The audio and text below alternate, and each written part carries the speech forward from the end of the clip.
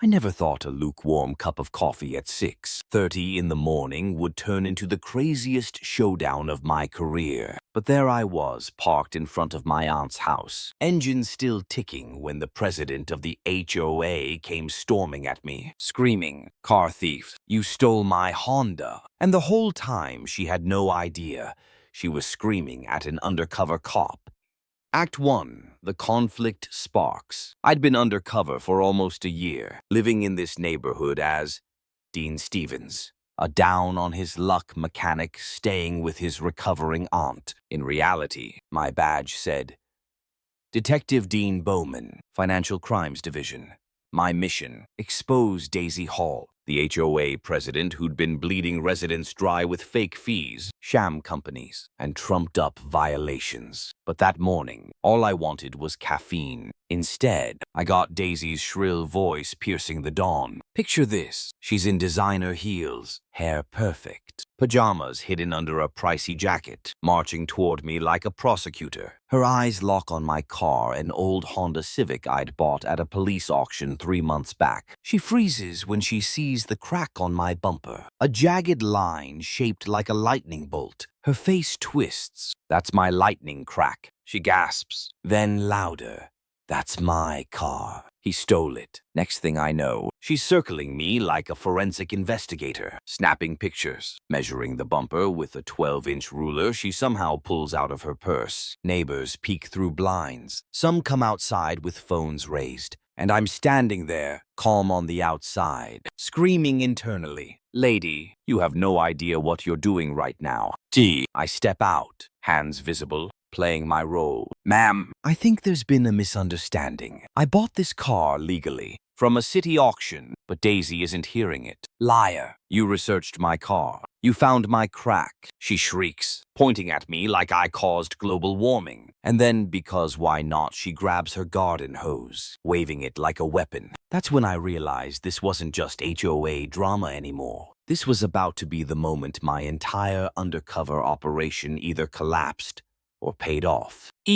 Act 2. Escalation and turning point. The crowd grows. Kids on bikes stop to watch. Retired neighbors shuffle out with coffee mugs. Daisy's voice carries through the cul-de-sac like a siren. "This man is a car thief. Somebody call the police." Which, of course, she already did. I keep my composure. Here's my registration, my insurance, the auction receipt, I say, spreading papers across my hood like playing cards. Every single one is real because the department made sure of it. But Daisy waves the hose like a conductor. Fake. Anyone can make fake documents. Inside, my chest tightens. What if she's right about one thing? What if this blows my cover? A year of surveillance wasted. My career done.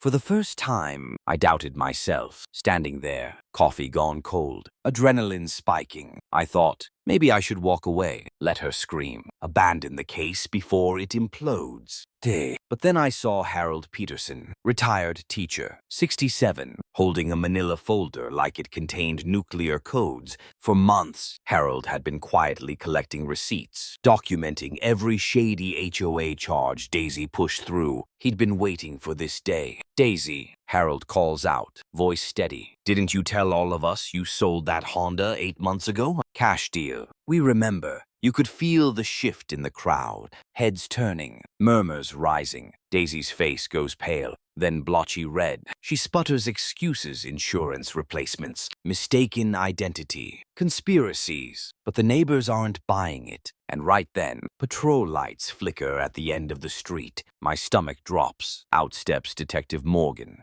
my colleague assigned backup duty in my undercover zone. If he slips, if he calls me by my real name, 12 months of work will vanish in smoke. Morgan plays it cool. Clipboard, neutral face. "Ma'am, step back from the vehicle." Daisy pounces, shoving her ruler at him, screaming about bumper cracks and VIN numbers. Morgan nods like he's seen this circus before. While I hand over my Dean Stevens paperwork with Oscar-worthy innocence, Morgan reads aloud. "Vehicle registered to Dean Stevens. Purchased at police auction." The crowd gasps. Daisy's jaw clenches. And I realize this is the moment the tide turns.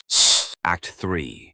the climax and collapse. But Daisy doesn't fold. No, she doubles down. Corruption, cover-ups. I demand your supervisor. And like a scene from a movie, the supervisor arrives. Serious man. Unmarked car. Presence that makes people shut up except Daisy. She launches into a tirade, garden hose still dripping onto her designer shoes. Finally, someone with authority. Arrest this thief. The supervisor scans the scene, me calm beside the Honda, Morgan jotting notes, Harold clutching his folder, 20 neighbors filming, and Daisy wild-eyed, shrieking with a garden hose. Officer, Harold says, stepping forward like a man who's been grading lies for decades. 23 families have documented fraud. We organized a meeting yesterday. It's all here. He hands over the folder. Color-coded tabs, fake invoices, bank transfers, everything. The supervisor flips through, his expression shifting from curiosity to grim certainty. Daisy screeches, "That's private HOA business." But no one's listening. Then, from the edge of the crowd, comes a voice, weak but steady. "Dean," she calls. My aunt, Elena, walking slowly with her frame, wrapped in a blue cardigan.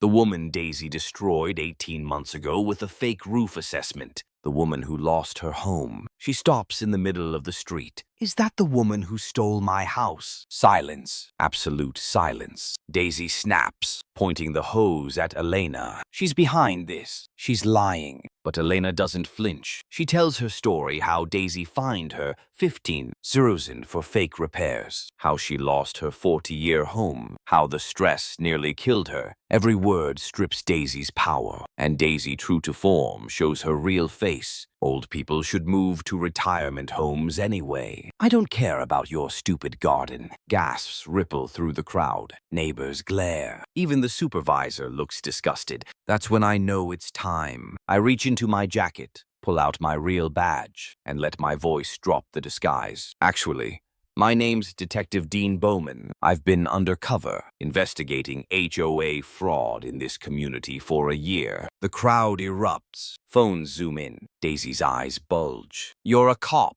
She screeches. "You tricked me." This is entrapment. But it's too late. The supervisor reads aloud from Harold's documents. Fraudulent companies, fake assessments, tens of thousands stolen. Morgan radios dispatch. Handcuffs glint. Daisy flails, shrieking. Conspiracy. Federal cover-up. As the cuffs click shut, her voice cracks, her mascara runs, and for the first time in years, the neighbors stand taller, no longer afraid. They watch as the woman who ruled with fake violations and intimidation is shoved into the back of a patrol car. She pounds on the glass, still raving about her Honda Civic, completely blind to the fact that her own lies brought her down. I don't cheer. I don't smile. I just breathe. 12 months undercover, a year of lies and patience, all boiling down to this one morning.